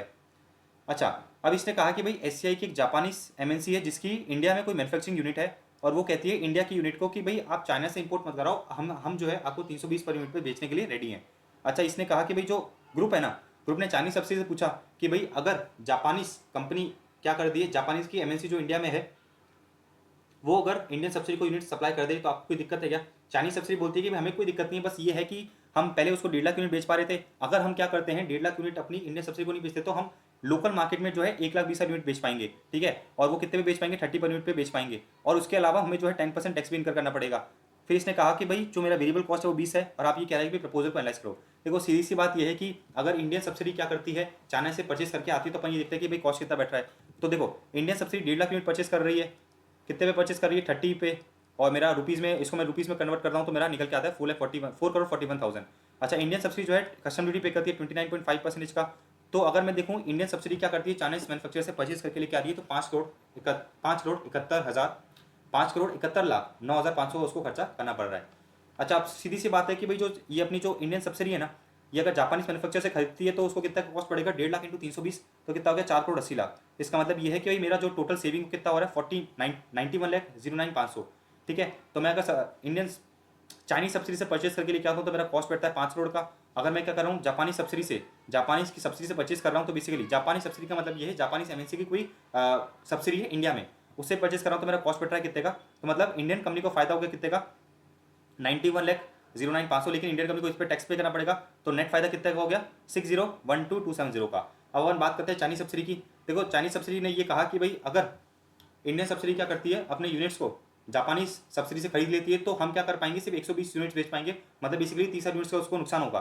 तो 1 लाख माइनस 1 लाख 1.5 लाख माइनस 1,20,000 उसको नुकसान हो गया, उस पर वो इतना कंट्रीब्यूशन कमाती 30 माइनस 20, और उसको अगर मैं इंडियन रुपीज़ में कन्वर्ट करूँ तो बेसिकली 29,40,000 का नुकसान किसको हो गया, चाइनीज सब्सिडी को हो गया। अच्छा, इसके अलावा जो 120 यूनिट उसने बेचे, उस पर भी उसको जो है टैक्स पे करना पड़ गया। तो 120 यूनिट्स उसने बेचे, 30 पे बेचे, ठीक है, उसका 10% अगर मैं बात करूँ तो क्वेश्चन में देखो 10% दे रखा है, उसको टैक्स पे करना पड़ेगा, और उसको अगेन मैंने कन्वर्ट करा रुपीज़ में, तो मेरा अमाउंट कितना निकल के आ गया 35,28,000। तो मतलब बेसिकली उसको टोटल लॉस कितना हो रहा है, जो साइनिक सब्सिडी है उसको टोटल लॉस हो रहा है कितने का, 64,68,000 का, लेकिन उस पर लॉस पे टैक्स सेविंग होगी तो उसका नेट लॉस कितना निकल के आ गया 48,51,000 का जो है उसका नेट लॉस निकल के आ गया। तो हम ये कह रहे हैं कि भाई इंडियन कंपनी को फायदा हो रहा है 60 लाख का, चाइनीज सब्सिडी को नुकसान हो रहा है 48 लाख का, तो हमारे को नेट फायदा कितना हो रहा है 11,61,250 का, 270 का। तो आप जो है इस प्रपोजल को एक्सेप्ट करो। आपको कहानी समझ में आ गई। बेसिकली एक इंडियन सब्सिडी है, एक चाइनीज सब्सिडी है, एक जापानी सब्सिडी की इंडिया में एमएनसी है। इंडियन सब्सिडी चाइनीज सब्सिडी से कोई माल इंपोर्ट करा देती, जापानी सब्सिडी बोला आप इंपोर्ट मत कराओ, हम क्या करेंगे आपको जो है इंडिया में ही जो है माल सप्लाई कर देंगे। अच्छा, इसका हमने इंपैक्ट क्या देखा कि भाई इंडियन कंपनी को क्या फायदा हो रहा है और चाइनीज कंपनी को क्या नुकसान हो रहा है, इन दोनों को अपन नेट करके देखा तो हमारा 11,61,270 का हमें दिखा, नेट बेनिफिट दिखा, राइट। अब अपन आ जाते हैं क्वेश्चन नंबर 7 पे, जो कि है last question of this chapter. आ जाते हैं अपन क्वेश्चन नंबर 7 पे। देखो क्वेश्चन नंबर 7 बहुत आसान है, कि कह रहा है कि भाई मैं को फटाफट इसका क्रक्स समझा देता हूँ। एक कंपनी है जिसके 2 डिपार्टमेंट है, कंसल्टेंट डिपार्टमेंट, कस्टमर डिपार्टमेंट। इसके अंदर 200 बंदे काम करते हैं, इसके अंदर 150 बंदे काम करते हैं। एक यश है सीईओ ऑफ द कंपनी, ये बोलता है कि भाई हमें क्या करना है, कंपनी के एम्प्लॉयज़ की नॉलेज बढ़ानी है, तो हम क्या करेंगे, consultant and customer support department को ट्रेनिंग देंगे, ठीक है। अच्छा, ट्रेनिंग देने के लिए हमने क्या करा, एक ट्रेनर को हायर करा, मतलब एक ट्रेनिंग डिपार्टमेंट बनाया बेसिकली। अच्छा, ट्रेनिंग डिपार्टमेंट ने क्या बोला कि भाई हम ट्रेनिंग देंगे, आपके जो दोनों डिपार्टमेंट है उनको बिल्कुल ट्रेनिंग देंगे, कोई दिक्कत नहीं है, हमारे खर्चे ये लगेंगे, हमारा सैलरीज लगेगा, डेप्रिसिएशन लगेगा, software licence, conference travel, telephone, training supplies, training lunch. तो ये तो मेरा सारे ये फिक्स नेचर का है, ये सारे मेरे फिक्स नेचर के खर्चे हैं, आपको दिख रहे होंगे। अच्छा, ये मेरा वेरिएबल नेचर का खर्चा है, मतलब फिक्स्ड और वेरिएबल कैसे निकाला कि भाई जो डिपेंड करते हैं ट्रेनिंग सेशन पे, कितने ट्रेनिंग सेशन इनकर हो रहे हैं। तो मेरा सैलरी है, मैं दूंगा, फिक्स नेचर का खर्चा है, डेप्रिसिएशन हो गया, टेलीफोन का खर्चा, ठीक है, इसके अलावा कॉन्फ्रेंस ट्रैवल और इसके अलावा सॉफ्टवेयर लाइसेंस, ये सब मेरे फिक्स नेचर के खर्चे हैं। Training supplies and training lunch मेरा क्या है, वेरिएबल नेचर का खर्चा है, मतलब अगर ट्रेनिंग सेशन होगा तो ये खर्चे होंगे, अदरवाइज नहीं होंगे। मेरा बजटेड कॉस्ट है 29,60,000 और मेरा एक्चुअल कॉस्ट है कितना, 38,25,000। अच्छा, मेरी बात बड़े ध्यान से समझना। इनिशियली जब हमने कंसल्टेंट और कस्टमर सपोर्ट डिपार्टमेंट से बात करी तो उन लोगों ने कहा कि भाई हम जो है क्या करेंगे, 100 ट्रेनिंग सेशन लेंगे, ठीक है। तो कितने हो गए टोटल 200, लेकिन एक्चुअल में कितना हुआ, एक्चुअल में 180 और 180 ट्रेनिंग सेशन हुए। इतनी बात नहीं समझ में आ गई आपको। अच्छा, आगे बढ़ते हैं अपन। इन लोगों ये लोग इधर कह रहे हैं कि भाई जो इनिशियली डिसाइड हुआ था ना, तो इनिशियली ये डिसाइड हुआ था कि भाई जो ट्रेनिंग डिपार्टमेंट का जो टोटल खर्चा है 29,60,000 का जो टोटल खर्चा है, वो दोनों डिपार्टमेंट किस तरह से बियर करेगी, डिवाइड बाय करूंगा मैं 200 नंबर ऑफ सेशन से, इंटू मैं कर दूंगा 100, ठीक है। तो 100 का खर्चा ये बियर करेगी, 100 का खर्चा का ये बियर करेंगे। इनिशियली हमने ये डिसाइड करा था कि भाई जो ट्रेनिंग डिपार्टमेंट का जो भी टोटल खर्चा है वो actual number of training session के बेसिस पर हम क्या करेंगे, डिवाइड कर देंगे। तो हमने इनिशियली ये एस्टिमेट करा था कि भाई जो हमारा 29,60,000 का खर्चा होगा, ठीक है, 29,60,000 का खर्चा होगा, हमारे टोटल ट्रेनिंग सेशन होंगे 200, तो 29,60,000 डिवाइड बाय 200 करा, पर ट्रेनिंग सेशन का कॉस्ट आ गया। इसको मैं मल्टीप्लाई कर दूंगा किससे, इसको मैं मल्टीप्लाई कर दूंगा number of training sessions attended by each of the departments. लेकिन एक्चुअल में क्या हुआ, एक्चुअल में 100, 80 और 180 हुआ। तो हमने क्या करा बेसिकली, फिर जो एक्चुअल खर्चा था ना 38,25,000, उसको क्या करा, डिवाइड करा 180 से और मल्टीप्लाई कर दिया 100 से, मल्टीप्लाई कर दिया 80 से, ठीक है। तो ये लोग ये कह रहे हैं कि भाई in according with the above explanation the training department coated a rate of 14,800, कैसे, जो 29,60,000 है डिवाइड बाय 200 कर दिया, लेकिन एक्चुअल कॉस्ट कितना हुआ मेरा 38,25,000 डिवाइड बाय 180, ठीक है। तो कॉस्ट ओवररन कितना हो गया 21,150। आपको इधर तक की पूरी कहानी समझ में आ गई। हमने अभी क्या बोला कि भाई जो हमारा ट्रेनिंग डिपार्टमेंट का खर्चा है 29,60,000 का, उसको हम क्या करेंगे, डिवाइड करेंगे number of training sessions actually held और मल्टीप्लाई कर देंगे कितने एक्चुअल में सेशन हुए हैं, ठीक है। एक्चुअल में क्या हुआ बेसिकली, एक्चुअल में मेरा जो खर्चा है वो 29,60,000 से 38,25,000 हो गया टोटल। अच्छा, एक्चुअल में एक और चीज़ हुई कि भाई जो मेरे ट्रेनिंग सेशंस है वो 100 की वजह 180 हुए। तो मैं अब देखो लॉजिकली अगर आप समझोगे तो जो कंसल्टेंट डिपार्टमेंट है वो 100 ट्रेनिंग सेशन करवा रहा है, कस्टमर सर्विस डिपार्टमेंट है वो 100 के 80 ट्रेनिंग सेशन करवा पाया। अब अपन क्या कर रहे हैं बेसिकली, जो मेरा टोटल खर्चा है 38,25,000 का डिवाइड बाय मैंने करा 180, तो मेरा जो पर यूनिट का खर्चा कितना बैठ गया, पर ट्रेनिंग सेशन का खर्चा अगर आप देखोगे कहाँ गया, पर ट्रेनिंग का खर्चा मेरा बैठ गया, कहाँ थे अपन, क्वेश्चन नंबर 7 पे देना, सॉरी। पर ट्रेनिंग का खर्चा मेरा बैठ गया कितना, 21,250। तो अगर आप देखोगे कितना हो गया, ये पहले था 14,800 और अब कितना हो गया 21,250, ठीक है। तो अब आगे क्वेश्चन में ये कह रहा है कि जो ये कंसल्टेंट डिपार्टमेंट का मैनेजर है, वो ये आर्ग्यू कर रहा है, क्या आर्ग्यू कर रहा है कि भाई देखो क्या हो गया इसको,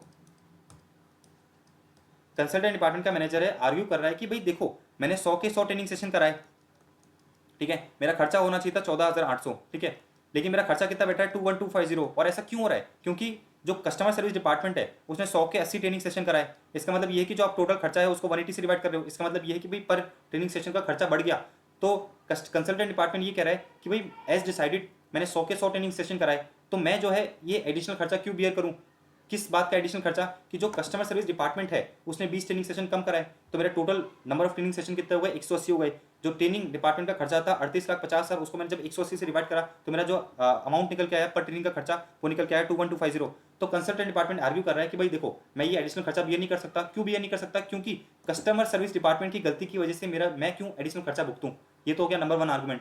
नंबर 2 आर्गूमेंट वो बोलता है कि भाई देखो एक्चुअल में हमने बजटेड खर्चा निकाला था वो था 29,60,000, लेकिन एक्चुअल में खर्चा हो गया 38,25,000। और ट्रेनिंग डिपार्टमेंट बेसिकली क्या कर रहा है, ट्रेनिंग डिपार्टमेंट अपनी मनमर्जी के खर्चे कर रहा है, जितना चाहे खर्चा करता है और फिर डिवाइड बाय कर देता है हमारे actual number of training session से। मतलब ट्रेनिंग डिपार्टमेंट का जो भी खर्चा है वो हम बियर कर रहे हैं। तो कंसल्टेंट डिपार्टमेंट का जो एग्जीक्यूटिव है वो ये कहता है कि भाई ट्रेनिंग डिपार्टमेंट में क्या लगाओ, आप कुछ रिस्ट्रिक्शंस लगाओ ताकि वो अपने खर्चे को लिमिट में करे, उतना ही खर्चा करे जितना जरूरी है। ठीक है। अब जो यश द सीईओ है वो क्या हो गया, कंफ्यूज हो गया। तो यश द सीईओ ने एक रास्ता निकाला कि भाई हम अब क्या करेंगे। यस द सीईओ बोलता है कि भाई देखो मुझे आपकी बात समझ में आ गई, मुझे ये बात समझ में आ गई कि जो ट्रेनिंग डिपार्टमेंट है वो अननेसेसरी खर्चा कर रहा है। अच्छा वो अननेसेसरी खर्चा कर रहा है, उसका खर्चा आपको बियर करना पड़ रहा है। ये तो हो गया number 1। Number 2 yes the CEO ये बोलता है कि भाई जो टोटल खर्चा था उसको हम actual number of training session से डिवाइड नहीं करेंगे। अब हम करेंगे क्या। तो यस द सीईओ कहता है कि भाई देखो आपका जो टोटल खर्चा है ना 38,50,000 का, उसमें से जो फिक्स नेचर का खर्चा है वो क्या होगा, उसमें से जो फिक्स नेचर का खर्चा है वो तो अपन क्या करेंगे, डिस्ट्रीब्यूट करेंगे on the basis of standard units. और जो वेरिएबल नंबर का खर्चा है, ये जो वेरिएबल खर्चा है ना ये डिस्ट्रीब्यूट होगा किस पे, ये डिस्ट्रीब्यूट होगा on the basis of actual training session. और ये जो फिक्स नेचर के खर्चे हैं ये किस पे डिस्ट्रीब्यूट होंगे, आपके बस्टेड ट्रेनिंग सेशन से डिस्ट्रीब्यूट होंगे। तो अपन आ जाते हैं सॉल्यूशन पे। देखो सॉल्यूशन अपन क्या करेंगे, मैंने ये तो बताया कि भाई जो मेरे 5 तरह के खर्चे हैं तो मेरे ऊपर फिक्स्ड, ये मेरे 2 तरह के खर्चे होंगे वेरिएबल।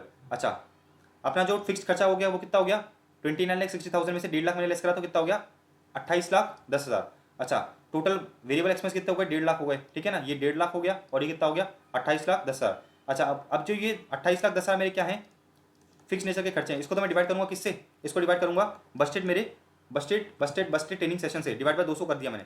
तो ये पर यूनिट का कितना आया 28,10,000 डिवाइड बाय अगर मैं 200 करता हूँ तो ये बैठेगा करीबन 1,014,14050। इसका मतलब ये है कि भाई जो अपना फिक्स नेचर का खर्चा है वो तो डिस्ट्रीब्यूट होगा on the basis of Busted number of training session जो अपने डिसाइड करे थे। अच्छा इधर तक पूरी कहानी समझ में आ गई। मतलब जो फिक्स नेचर का खर्चा है वो तो डिस्ट्रीब्यूट हो जाएगा दोनों डिपार्टमेंट में। अब जो वेरिएबल नेचर का खर्चा है वो क्या हो जाएगा 1.5 lakh divide by actual number of training session held. अपन क्या करेंगे 1.5 लाख डिवाइड बाय करेंगे actual number of training session held, कितने हुए वो 180 है ना, करो इसको कितना आ रहा है 1.5 लाख डिवाइड बाय 180 करो कितना आता है ये 750 आ जाएगा। कहानी समझ में आ गई। So basically transfer pricing to the consulting department, जो कंसल्टिंग डिपार्टमेंट है, कंसल्टिंग डिपार्टमेंट बोले तो ये उसने क्या करा 100 बजट था और 100 उसने एक्चुअल ट्रेनिंग सेशन हेल्प करें, तो 100 इंटू क्या करूंगा मैं 14050 एंड 100 इंटू 750, तो उससे मैं चार्ज करूंगा 14,80,000। ठीक है। अच्छा जो अपना कस्टमर सर्विस डिपार्टमेंट है तो उसको तो मैं क्या करूंगा फिक्स कॉस्ट तो पूरा चार्ज होगा, बाकी जो वेरिएबल नेचर का खर्चा है वो तो नंबर ऑफ ट्रेनिंग सेशन पे डिपेंड करता है। तो इसको मैं कितना चार्ज करूंगा 14,65,000। तो 14,80,000 प्लस 14,65,000 करो कितना आ रहा है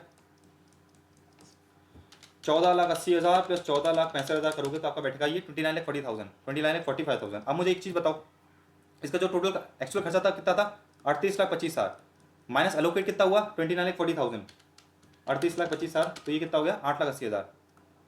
तो हम उससे भाई साहब से कहेंगे, हम क्या करेंगे ट्रेनिंग डिपार्टमेंट से कहेंगे कि ये जो खर्चा है ये आप बियर करो। समझ में आ रहा है आपको। तो देखो ये रहा total transfer price allocation is इतना वर्सेस एक्चुअल इतना, तो जो अनलोकेटेड खर्चा है वो कौन बियर करेगा ट्रेनिंग डिपार्टमेंट बियर करेगा। ठीक है। आपको पूरी कहानी समझ में आ गई। फटाफट रिकैप कराता हूँ। हमारे पास 2 डिपार्टमेंट है, कंसल्टेंट डिपार्टमेंट है, कस्टमर सर्विस डिपार्टमेंट है। सीईओ बोलता है कि हमें इन दोनों को ट्रेनिंग देनी है, इसलिए हमने एक ट्रेनिंग डिपार्टमेंट बनाया। ट्रेनिंग डिपार्टमेंट का बजटेड खर्चा था 29,60,000, एक्चुअल खर्चा था 38,25,000 का। ठीक है। अच्छा अब हुआ ये कि भाई हमने ये डिसाइड करा कि भाई जो भी एक्चुअल खर्चा होगा उसको हम डिवाइड कर देंगे नंबर ऑफ ट्रेनिंग सेशन से और दोनों में बांट देंगे। लेकिन फिर कंसल्टेंट डिपार्टमेंट का एग्जीक्यूटिव आके बोलता है कि भाई कि कस्टमर सर्विस डिपार्टमेंट ने नंबर ऑफ ट्रेनिंग सेशन कम लिए हैं जिसकी वजह से हमारा पर ट्रेनिंग सेशन का कॉस्ट बढ़ जाता है, तो मैं ये एडिशनल खर्चा बियर क्यों करूं। ये तो हो गया नंबर 1 आर्गुमेंट।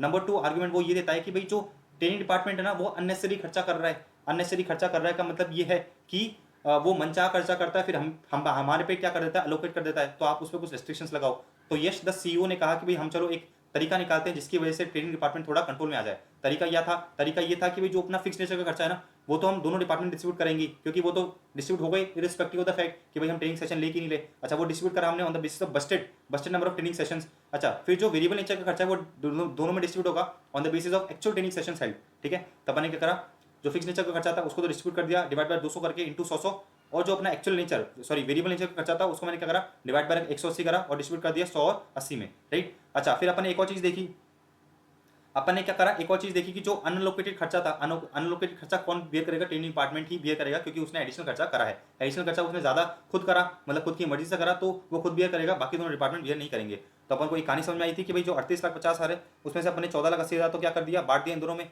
फिर उसके बाद अपन ने क्या करा, 14,65,000 बांट दिया किसमें, 14,65,000 बांट दिया अपना कस्टमर सर्विस डिपार्टमेंट में। तो बैलेंस जो अनलोकेटेड है, अनलोकेटेड कौन बियर करेगा, ट्रेनिंग डिपार्टमेंट खुद बियर करेगा।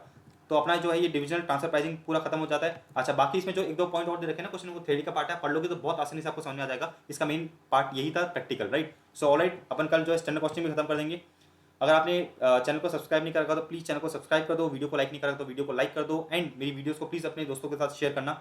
सो अपन कल जो है स्टैंडर्ड क्वेश्चन खत्म कर देंगे, और परसों के दिन मैं आपको जो है एक लास्ट चैप्टर अपना प्रैक्टिकल का बचेगा, वो जो अपना प्राइवेट सेक्टर वाला strategic analysis of operating income in private sector वाला कोई चैप्टर बच रहा है, वो अपन खत्म कर देंगे। तो अपना जो है क्वेश्चन का पूरा प्रैक्टिकल कंटेंट खत्म हो जाएगा। All right.